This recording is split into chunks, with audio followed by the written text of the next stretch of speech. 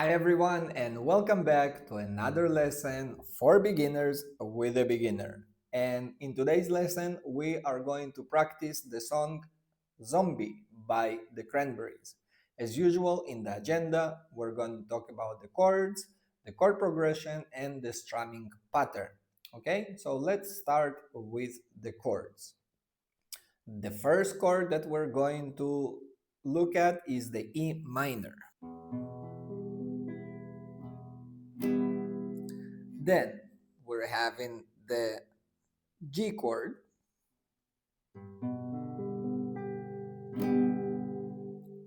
and then we have the D chord, and my favorite is the C chord.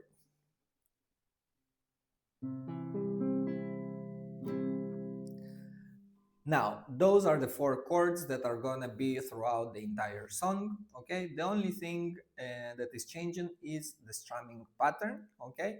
Now let's talk for a second about the chord progression. The chord progression to this song is E minor,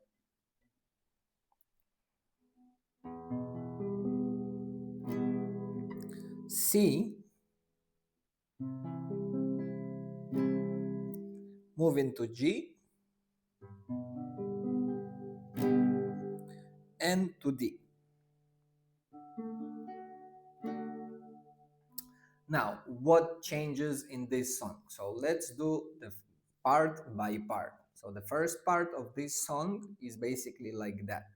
So we're playing the E minor, C, G, and D with one beat, which means that we're playing, let's say, for example, let's take the E.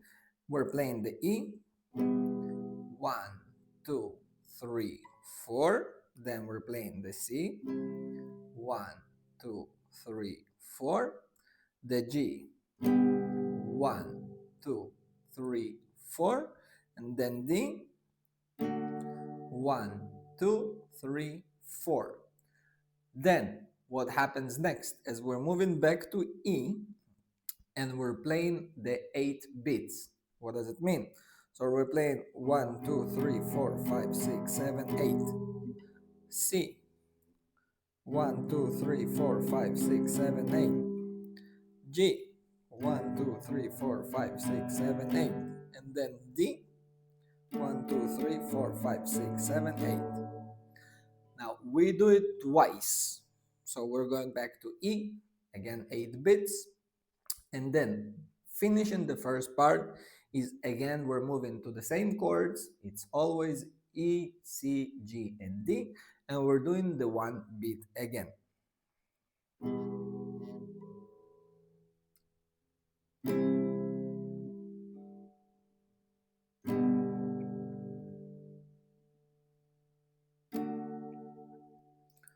This is our first part, okay? So let's practice the first part, okay? So it sounds supposed to sound like that.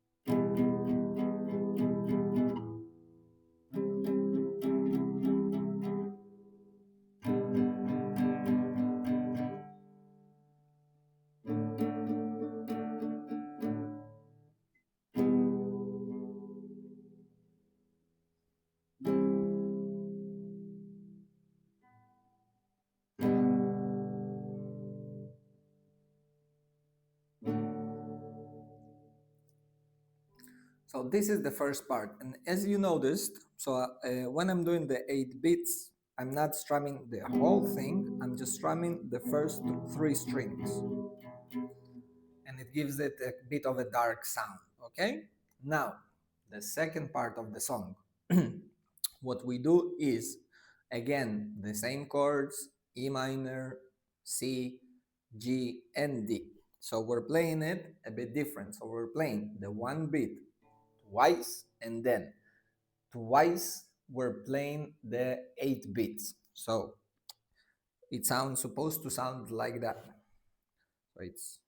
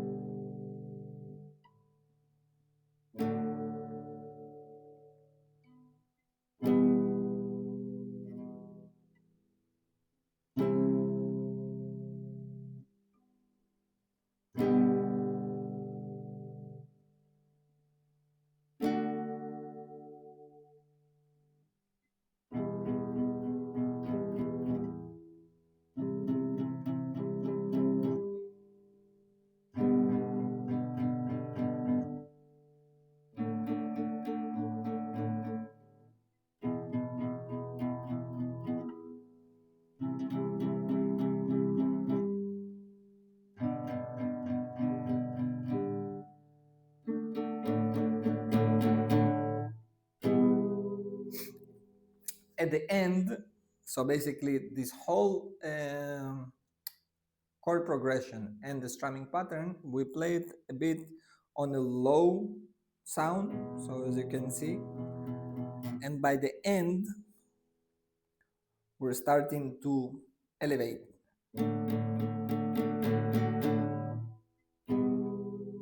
Okay, now two things.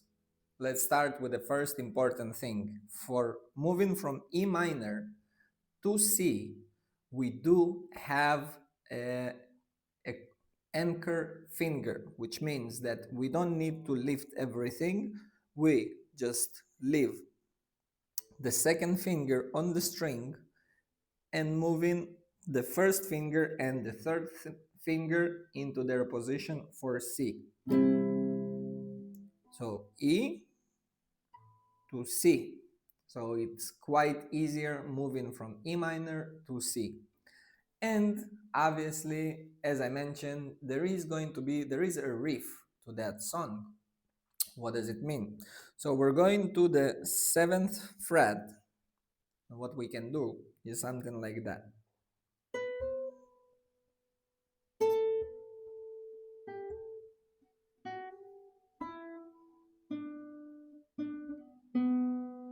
All right? So we're going to the 7th fret, low string. We're playing 1 tap. Then we're moving to the 5th fret, and with the third finger tapping on the 7. Then to the 3rd fret, tapping on the 5th fret, and then 2nd fret, small pull, moving to the 2nd string from the bottom.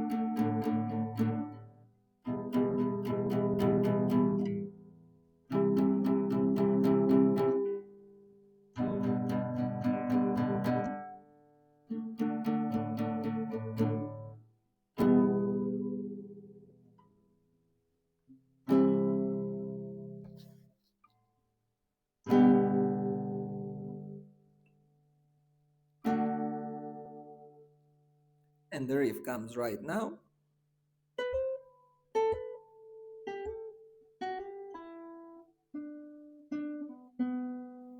And then moving back to the other part.